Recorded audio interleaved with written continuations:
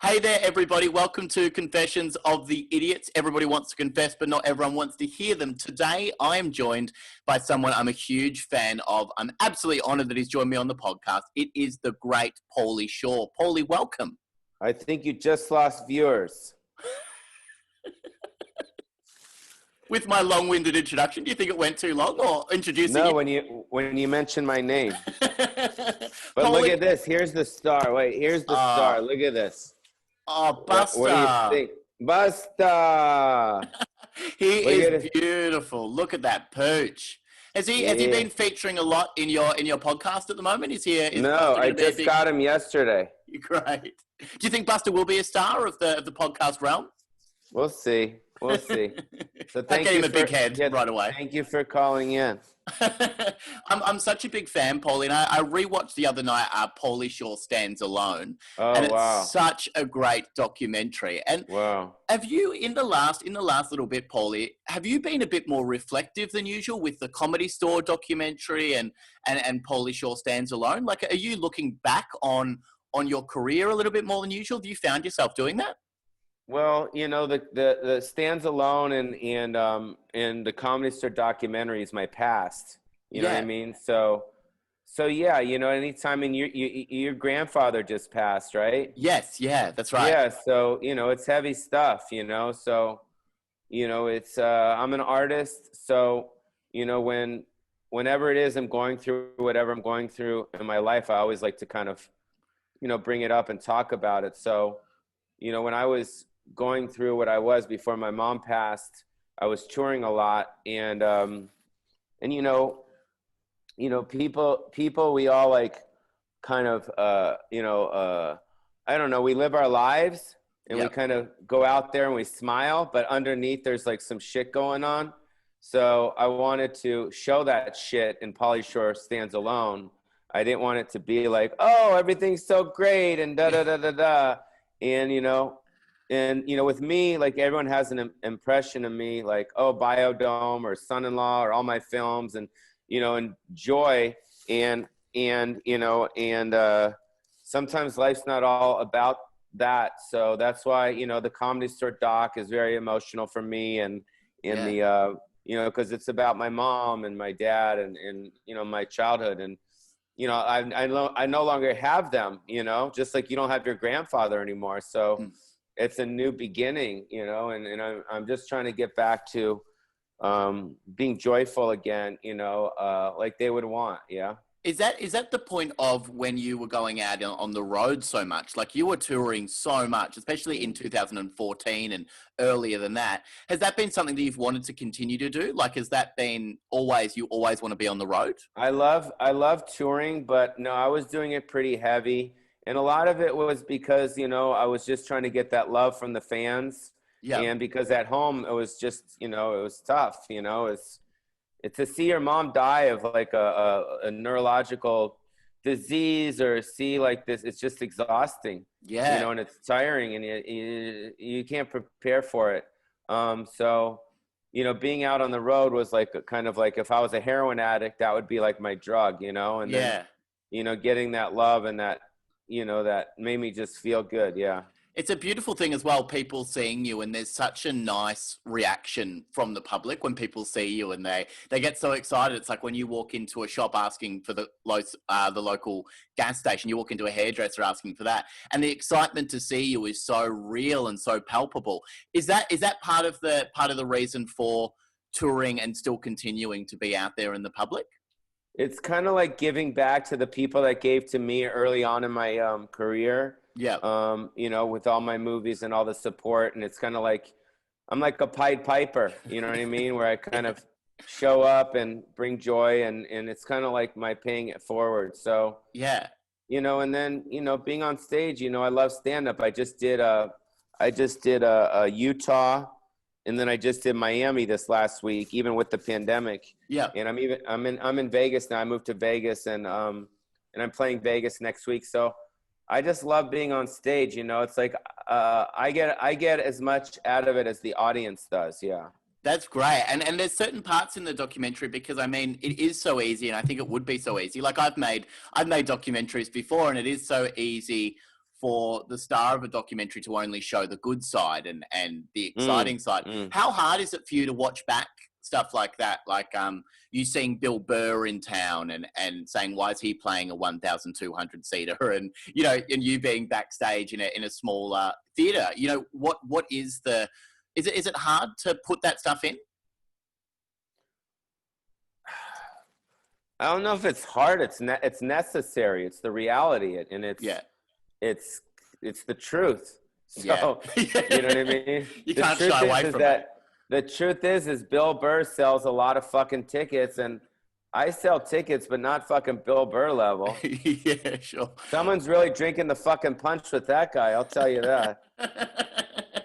And Bill even knows too. He knows he's very happy with you know, the way people have responded to him, but he deserves it. I mean, Bill's been in the game for many years, and you know, he didn't hit until the last 5 or 10 years, and and you know, and that's cool. You know, everyone hits it different. You know, I hit pretty early, then I went away, and now I'm back again. So I don't know. Yeah.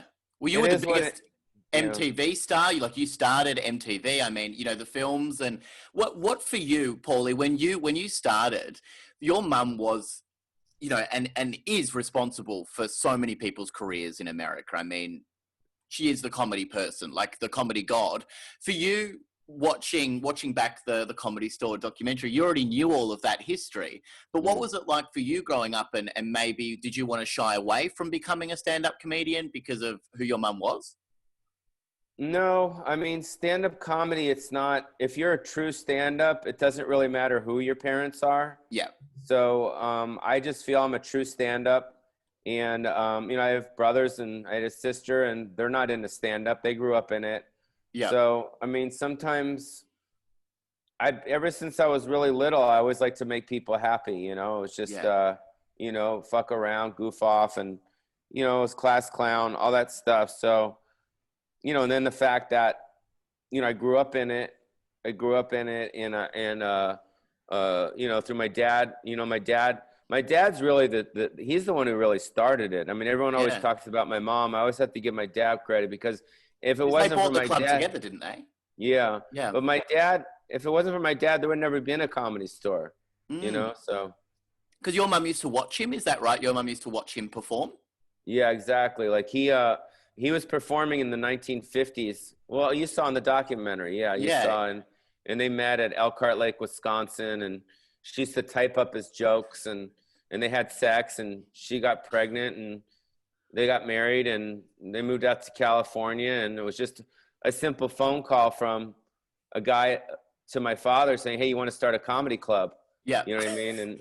And my mom's relationship with my father wasn't good. So they got divorced, and then she got the store because that's what she wanted, you know? Yeah, wow. And for you, Pauly, was it great to look back on that and see all these people talking about the legacy and you being able to talk about what it meant to you as well for the Showtime series? Yeah, I mean, it's, you know, it's a documentary series that needed to be done. So if it wasn't done this year, it would have been done in next year or the year after. It was, it's just, that's the obvious documentary to do, you know, the history of the Comedy Store. So yeah, is that something that you want to do more of? Are you looking to do more documentaries? Or I mean, you've got a film coming out really soon as well. What's your drive at the moment? Is it the podcast? Is it touring? What is your drive? No, I actually have because I know you mentioned Pauly Shore Stands Alone. Yeah, and I actually did like a 5-part series after Pauly Shore Stands Alone called Pauly Shore Stands Alone, the 5-part series. Oh, wow. I haven't released it yet. It's to me, it's the best thing that I've ever done, because if you watch Stands Alone, it's kind of circling the cancer, you know what I mean? About my mom and the whole thing. But the series is like really going in for the operation. Like, you see me move my mom, and you see me like really go through it, and then she dies, and it's all this like heavy shit. So I haven't released that yet.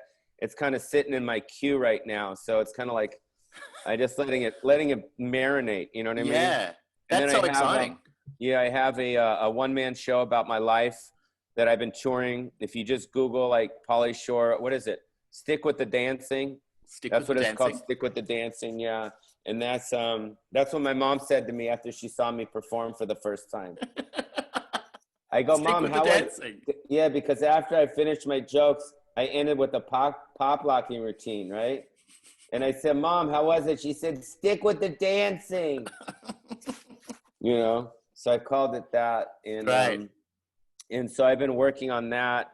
I was touring that. And it's similar to like Mike Tyson's one-man show. I don't know if you saw The Undisputed Truth. No, I haven't seen that. Oh, wow. You got to see that fucking thing. It's good. Great. Okay. Yeah. So it's a one-man show rather than just straight stand-up? Yeah, one-man show, yeah. Oh, great. Okay. So Yeah. that is that coming out pretty soon? Is that, did you say that was... No, because of COVID, I haven't been able to tour it and do it and produce it because of COVID. But wait, I got to burp 1 sec. Yeah. Sorry. No, that was a good burp, by the way. I just had a half a turkey sandwich, so I was just kind of sitting there. That's horrifying to me because it's 9 a.m., but for you, it's quite normal. Yeah, exactly. So yeah, stick with the dancing. I've been working on that. Also, I've been putting together a proposal for my memoir right now too. So I'm gonna come out with a book probably next year or something. I don't know. And the documentary maybe hand in hand with that, the 5-part series.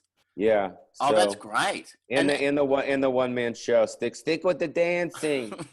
Amazing. And so for you, Pauly Shore, like when you're, I guess for now doing the podcast as well, is that a fun thing for you to do at the moment during like COVID and everything? Has that been kind of a saving grace during COVID?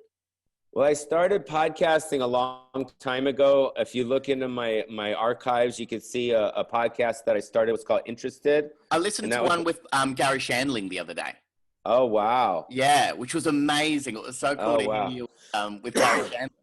Yeah, so, yeah, Judd Apatow, he told me he really liked that interview I did with Gary. Gary was a very, dear friend. And then also I had the podcast show and then the random rants. I'm doing that. And then I also have Sweating with the Wheeze, which is my workout show. I've been doing that because everyone thinks I look like Richard Simmons. And then you just go out more than Richard Simmons. Yeah, exactly. And then we got classic scenes from classic movies, which I've been working on that. Yeah. And then also the Polyoki, which is my band, which I do all my different songs. So I don't know. Life is about shifting, an artist is an artist is an artist. It doesn't really matter where you do the art. You can sing, you can dance, you can do spoken word, you can tour. So because of COVID, everything has shifted, online. So that's kind of where my energy is. Yeah. Yeah, of course. And I mean, it's still great that you're keeping that busy as well and wanting to keep busy. Is there a need for you to keep moving and always be working on something new? Well, I'm gonna my movie Guest House comes out on Netflix here in America on next week. It's on the 18th, isn't it? Yeah, on the 18th. Yeah. And then after that, I'm gonna kind of peel back for a month and just kind of like take it easy. As my mom would say, take it easy. Just kind of take it easy, spend time with my dog, and then maybe even start to invest surrogacy, because I'm getting older and I don't have any kids. So, I gotta leave my shit to someone, you know what I mean? I can't leave it to fucking, my Asian assistant, And was that what it say in the will? Because you don't know his name, it'll just say my Asian assistant. His name's Bok Choy. So his name's Mike. I'm just kidding. But yeah, so you think that's the next step? You wanna have kids? Well, I think that I've done so much externally with work. I have to work on my internal stuff. Now that my parents are gone, I have to. I think step outside my comfort zone, get out of the control thing, and maybe just try to let something else happen in my life. Yeah, of course. Because you keep working, it's like, it's cool and all, but what else am I going to fucking do, Sure, yeah. Like, Well, Pauly, I've got 4 wonderful confessions from some people online who have written on Reddit today who want some advice. Let me ask you a real quick question. Oh, of course. Because I love Australia so much. Yeah. I mean, I really, really, I do. It reminds me of, it was when I was there. It reminded me of California in the 70s. You know what I mean? Right. Okay. Whereabouts in particular, or just everywhere reminded you of that? Cambria. No, I'm just kidding. The most beautiful part of Australia, Canberra. Yeah, exactly. Yeah. No, I just think the people, I mean, Melbourne and Sydney and, Adelaide and, I never went to the Gold Coast. I never went on the other side, but I just love Australia, and I love the people there. And it's just always been such a pleasure to be there. And yeah, it's fucking awesome, man. Do you think you'll come over and tour when you can? I got to get a promoter that'll bring me out there. You know what I mean? So some promoter out there that's listening to this, book me out there. I'll come out and do like maybe 2 weeks of dates or something, Yeah, great. Yeah, well, there's lots of promoters, and I'd love to have you. It'd be great. Tell them I'm down. I love it. I miss Australia. Yeah. But also the producer, or one of the producers, Scott Clayton, is from Australia. Oh, right. Okay. Of Guest House, the movie I did, Guest House. Oh, wow. That's where you picked up your Australian accent from. Your perfect Australian accent. I guess. That's good. It's very good. You just mumble a few words here and there. Yeah. Well, I've got. Are you guys happy that Donald Trump's gone? Yeah, really happy. It's a wonderful thing. Yeah. We were so stressed for you guys, and especially because it took so long and because of the time difference as well. I mean, you guys would have been more stressed than we were, but it was, checking the news every morning when you wake up and you think it'll just be there, it'll be there. Has there been a considerable change so far? I mean, you're not allowed to leave the house really, so probably not. Well, I live in Vegas. It's not that much of a lockdown out here, but I don't know. We'll get through it. The vaccines arrived, so now we got to start. There's some gigs that have to try it out first. Make sure there's no like crazy side effects, like a penis growing out of your fucking head or something. You never know. Yeah. Like I got the vaccine, but look at a 6-inch penis, dude. You never know. Obviously, your assistant's going to have to try it before you. That's true. Yeah. I'm going to hold him down. So, Pauly, this podcast is all about the world of online confessions and trying to get some advice from you. And I know that you'll be great at giving out some wonderful life advice to these people. Because the first confession comes from Neil. Neil confesses, "My best mate's name is Sully, and he's a good guy, although sometimes we don't really see eye to eye." So that's how he starts it. That's okay. You can't agree with your friends all the time. Sully and I travelled a lot in our youth. We'd been to so many places that I lost count a while ago. So, he's not keeping track of where he's going, Pauly, but it's pretty cool. He says China, you name it. So he's only named one place, just China. So we're traveling and having a great time together. We see each other once a week and have developed a very tight bond. More brothers than friends, really. But we do fight a lot. So, Pauly, with this information, do you know where a confession like this could be going? Where some sort of betrayal could take place? With some kind of a what? Where some sort of betrayal could take place. Do you know where a confession like this could be going? I don't understand the question. I'm confused. So this confession so far is just built it up that he and his friend, they're best friends. They've been so close for so long, but he hasn't really said anything yet about where the confession comes in and where he's kind of betrayed his friend. Do you have any idea where something like this could be going? Well, he probably had sex with the guy's girlfriend or something. Yeah, sure. It's usually where these confessions go. Or boyfriend. You never know. Yeah, they sound like a little bit like, they do. Into dudes. They're into dudes, you know what I mean? Yeah. But these people that when they write confessions, they start with a lot of information right up the front. And then they slowly get into it. So I like to tell you that they're a good person first. Okay. Yeah, which is the way they do it. So I guess we have to figure out. So we're waiting to see what the confession was from one guy to the other? Yeah, what he's actually done. I mean, when you've got a best friend as well, that makes it really hard. You've traveled together, you're best mates, and then he's going to fuck him over in some way. Maybe he had sex with his sister. Yeah, okay. Well, okay, so this is what he's done. Sully always wants to drive home after a big night out. And I'm always telling him that drink driving is for losers and stuff like that to put him off. This particular night, I tell him he can't drive home and order him an Uber. I'm being the responsible friend, and I break off his house keys from his car keys so he can get inside his home and have a nice sleep. Now, I told Sully that I gave his keys to one of the bar staff, but what I really did is this.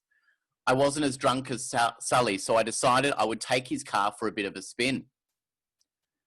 I'd never driven it before, and it was his pride and joy. He loves his car, and it set him back close to $200,000. I was a little drunker than I thought I was, turns out, and I crashed the car. Wow. Instead of doing the normal thing of calling someone about it, what would you have done, Paul, in that situation? What would you have done if you crashed a car, your best friend's car? I would have to tell him I did it. I would just say I fucked up, dude. I'm sorry. You know, what are you going to do? Yeah. You wouldn't hide that you did it. You wouldn't just run away from the crime scene. No, he had too much guilt. Yeah. And you'd have to live with that after that. He says, now a lot of people would think that I was wrong, but I did not tell Sully. The story goes that some other drunk from the bar found his keys and took his car home. Oh, wow.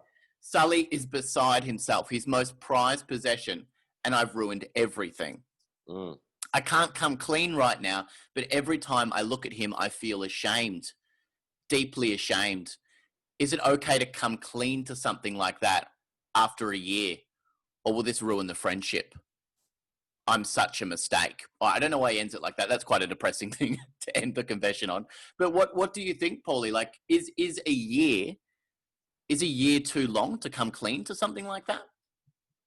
No, I said it earlier. I said the guy's probably feeling really guilty. Yeah. And you know, and he's got to tell his friend Sully for himself, you know, so he can be free from this lie, you know, and then, you know, be what's the word? Be ready for Sully to forget the friendship ever existed. You know, be ready to lose Sully as a friend. Yeah. But I think, you know, he should have said something that night, you know, that day, and say, dude, I really fucked up, dude. I usually this and da-da-da-da, and this happened. So, but the fact that we're on your podcast, he probably already heard it, and he probably already knows. He probably already knows exactly what happened. Probably didn't even change the names or anything. Do you think, Pauly, like, do you think that you're someone that just comes clean about everything straight away? Yeah. Are you good at that? Yeah. Yeah. I don't like to keep, you know, stuff like that. It's just because cool. The guilt's too much? Yeah. And if you're honest and you just say what happened, it's not like he purposely, you know, crashed his car. It was an accident. Mm-hmm. And at the end of the day, it's just a car. I think a friendship is way more important. Yeah. And if they're real mates and they're real, like, legitimate friends, then Sully should be okay with it. Yeah, sure. Yeah. Okay. So you think you can still come clean after a year and just say, I did this one night out, your $200,000 car, I crashed it into a tree and I ran away. But you also have to replace the car and do all that stuff too. You know what I mean? Sure. Okay. You have to come clean through the insurance or however it's supposed to be orchestrated. Yeah. You know, you got to say, hey, I fucked up, but here's the new car. And, you know, I didn't know what to, you know, just be straight with them. Yeah. He probably had insurance. Maybe he has to go and apologize to the insurance company as well. I think so. Yeah. Well, okay. I think you solved that problem, because the next one comes from Elise. Elise writes, my best friend is getting married and I had sex with her fiance a few weeks ago. Oh, wow. Yeah. So you were pretty right on the first one, Pauly. Yeah. That's where most of them go. It all went out of control when I saw him at a bar one night and we got chatting. He'd been stressed and wanted to blow off some steam.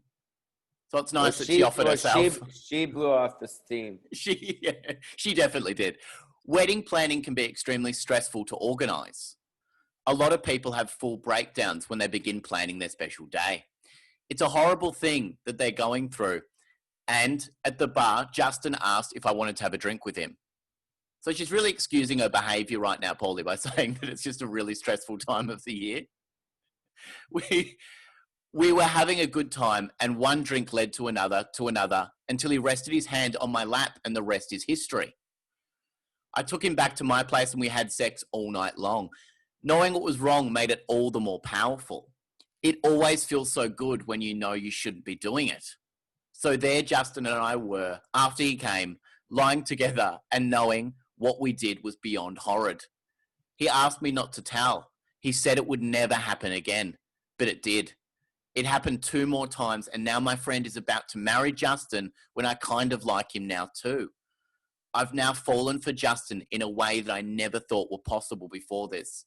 I've stuffed up. I know that I have. But soon Justin will be getting married, and I feel like I need to say something. Speak now or forever hold my peace. This sounds like a film, doesn't it, Pauly?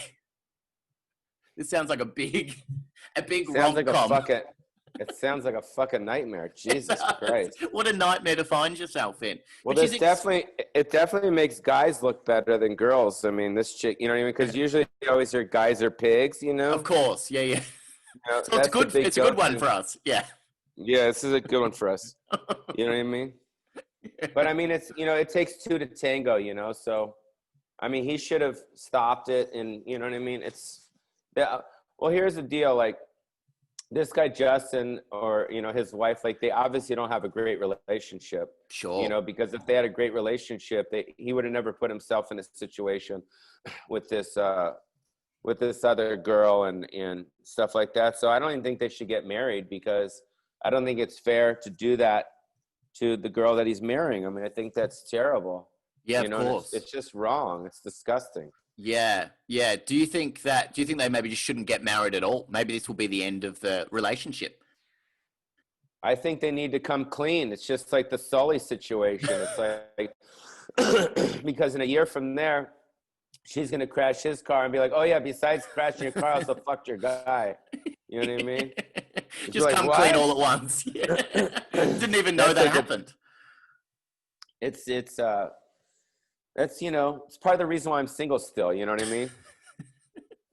It's horror stories like that. Yeah. Well, it is horrifying. It is a horrifying thing. I mean, you know, for you, Pauly, like if that was at your wedding, you know, would you want that to come out as soon as possible, just so you would know exactly the sort of person you were marrying, and then it's up to you if you forgive them or not? Absolutely. Plus, it'll save you probably 20, 30 grand on the wedding, you exactly. know, yeah. Maybe 40 grand, you know, maybe, you know, maybe at the end of the day, this was, you know, sometimes you always hear that saying, a bad thing's a good thing. Yeah.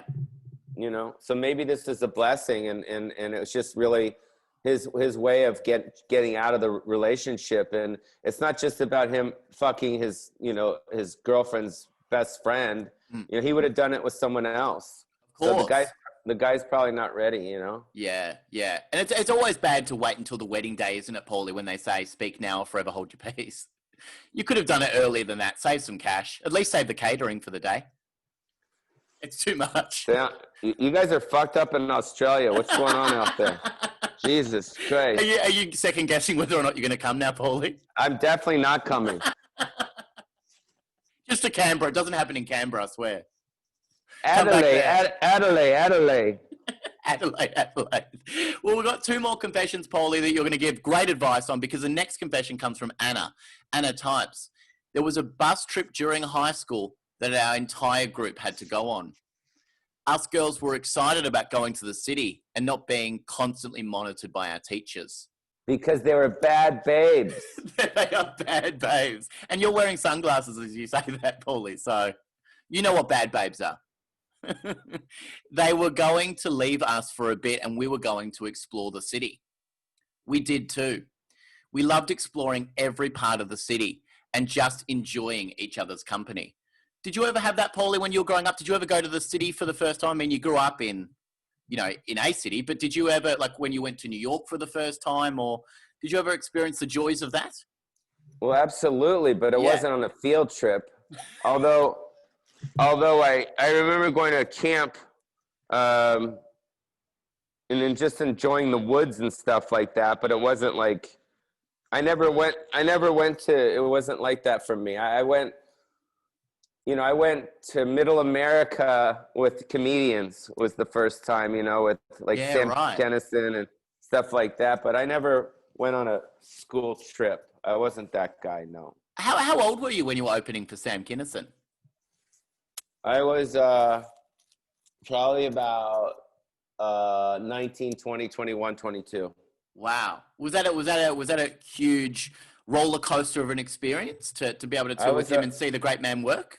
I was a rock star with him. We were both Yeah. rock stars. It was awesome. It was like, it was back when when I don't know, when you felt just the crowds, like girls screaming and people going, ah, it was like that type Yeah. of thing. And that's what it was like to tour with Sam, Yeah. Yeah.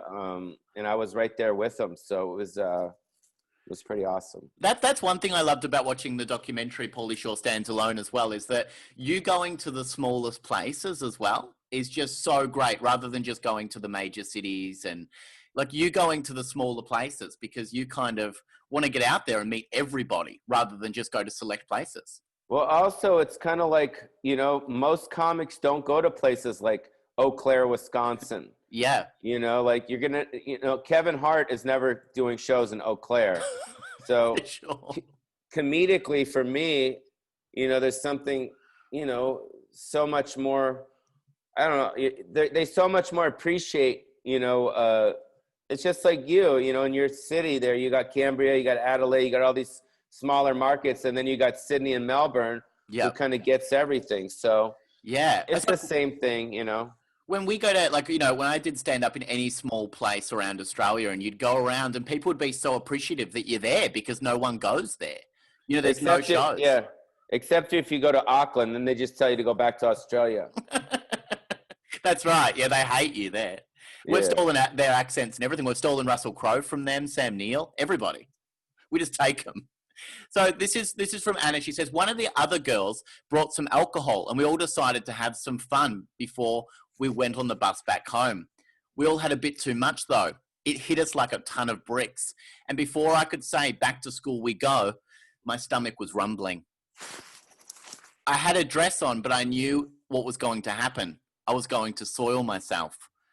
Something about the alcohol was wreaking havoc in my system and I was going to do it. There was another girl there, Ebony, who was always a bit quieter than everybody else.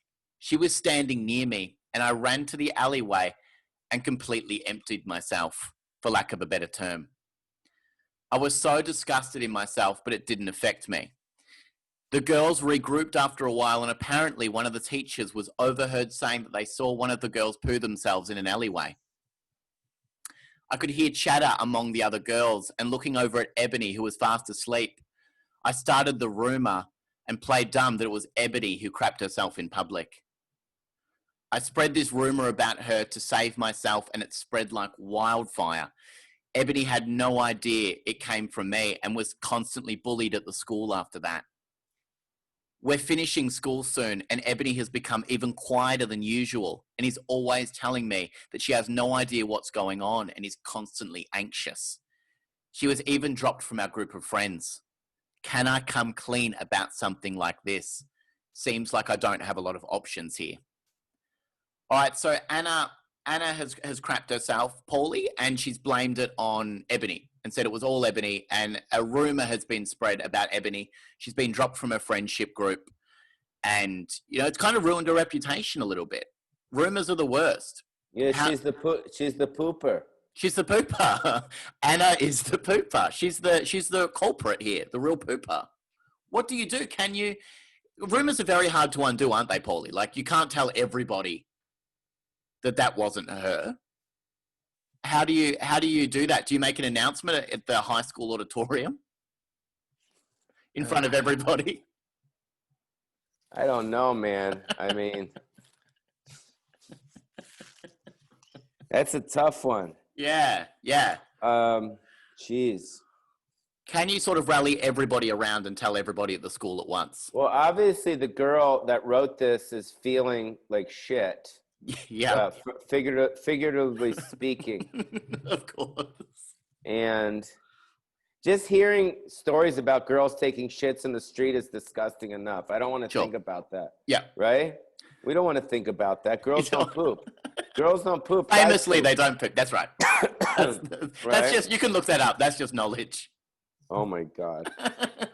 And so I don't know. I mean, I would apologize. Again, it's similar to the Sully situation, It's like, obviously, this girl's living with this guilt of, saying that Ebony's the shitter, and Ebenezer Scrooge is the shitter, when really the other girl's the shitter. Yeah. So, I don't know. I think maybe they should go out. Here's what I would do it. I would take her out to have some drinks at a pub or something. Yeah. And, buy the drinks, obviously. And basically say, listen, Ebony, some stuff went down a long time ago, and I feel terrible. And I don't know what to tell you, but, I'm the shit culprit. I'm the shitty culprit, Yeah. You didn't shit, I shit. Yeah. And I feel bad. So how do you want me to handle it with the rest of the crew? And maybe. Oh, okay. Yeah, ask maybe her. ask her, because I got to come out and say, I'm the one that took a shit, and I'm the one that, started this whole thing, and maybe come clean that way. Yeah. Okay. Or just move to like, the Gold Coast or something. Just move away. Just move away. Yeah. Just run away from all your problems. Yeah. That's probably a good idea. Yeah. I mean, because it is up to Ebony how she wants Anna to tell everybody. And you think that's whatever she says, she should just do, even if that's coming clean to everybody? I think Ebony should be in charge of how it's, put out there. She might not want to even talk about it. She might be like, fuck, I don't care. That was when we were kids. Yeah. Yeah. Sure. And like, who cares? Like, let's get over it. Yeah. But I think she should know the truth, though. Yeah. Yeah. What if Ebony wants her to embarrass herself? What if she says, I want you to shit in public now? Well, then she should. Yeah, she should. She should be forced to. Yeah. Absolutely. That makes a lot of sense. And then they should film it and put it on her Instagram. It's always a great idea. We've got the final confession, Pauly, that comes from Eric. Eric confesses, I'm really jealous of my friend's success. We're both actors, and I started as the successful one with a part on a TV show when he overtook me. It was a horrible feeling. I love being the successful one and being the recognizable one, and now he gets far more work than me. And this makes me furious. Crazy, really, that I feel this way, but that's the way I'm wired, I suppose. I really wish I didn't feel bad, but I get so jealous about how amazing he's doing, a role in a commercial or whatever. And me? Well, I'm getting nothing right now. And I'm getting less than nothing. And so recently I wanted to do something to hurt him, and so posted some nasty stuff about him online. I created a fake account and all. I just made all this stuff up about him and said what a shit actor he was. I really went the whole 9 yards. Being a keyboard warrior has never really been my thing. But being an actor, I was able to do it. And so now I've broken my friend's heart, and now I'm a monster. He screenshotted it and brought it up a few times over drinks. I feel awful for him, but now because it's really made him feel sad on the inside. I'm the worst. Should I come clean and tell him it was me? All right, so that's not nice. Being mean to your friend online is never a nice thing. And making an anonymous account, Pauly, is really messed up. Really crazy. It's disgusting. How do you handle a situation? I know you'd never do that, but how do you handle a situation like that? Do you go back as this random person online, this anonymous person, and now say, I'm sorry as that anonymous person, or do you have to come clean as yourself? I think you do a combo platter. Okay. I think you basically tell, the actor guy that's doing really well, like, hey, what was the guy's fake name on the fake account? It doesn't say what his fake name is. Let's just go Better Actor 101 or something like that. Maybe that was his name. Maybe he should just say, hey, I've been going through a lot of stuff, and you're actually not a bad actor, and I really apologize, and I'm going to take this down, and, sure. And kind of do something really nice for him, make him feel better. And then maybe 3 or 4 months later, after the guy starts to feel better, the good actor, then the asshole friend should say, hey, remember about a year ago or 6 months ago, that account, that was me. And kind of let him down like that. And I understand if you don't want to be my friend and blah, blah, blah, and do that. Yeah. I think it's a combo platter. Yeah, great. Okay. Yeah, so you don't have to go with everything right away. Correct. Too aggressive. Yeah, it's too much all in one. It's too Yeah. much all. Yeah, it's too much all one. I would do the I would just flip it as the fake actor 101 guy, and then ease it down after a week or two, and then stop the account, and then let the good actor guy start to feel a little bit better about himself, and then maybe eventually, right?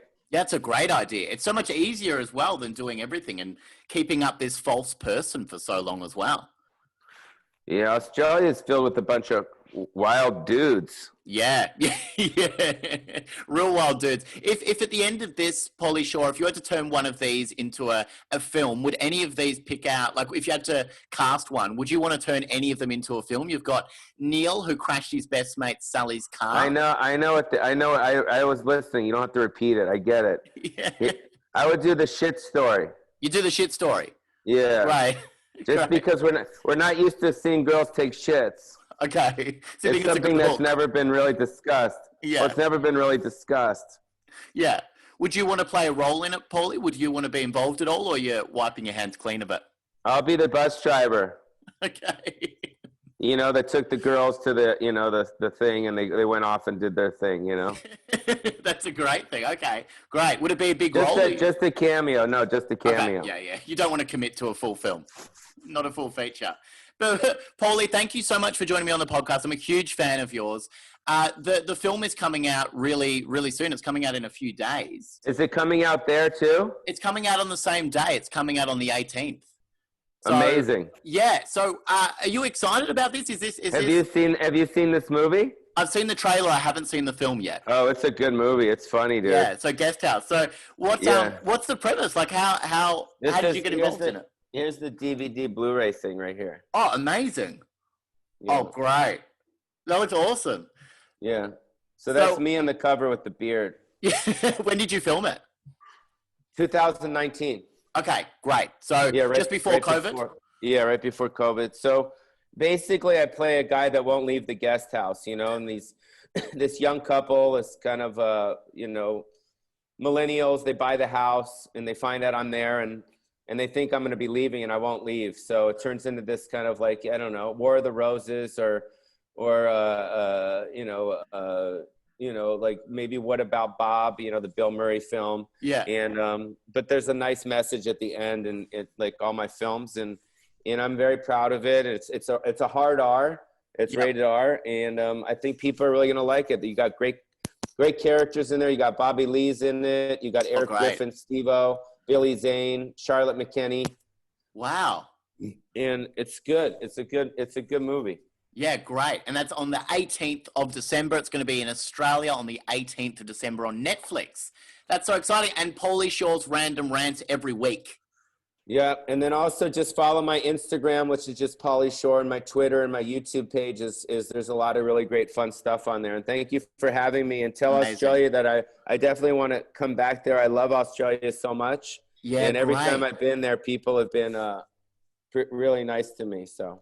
Well, you're a real legend, Pauly. Thank you so much for coming on the podcast, and we hope to have you in Australia real bloody soon. Later, bro. Peace.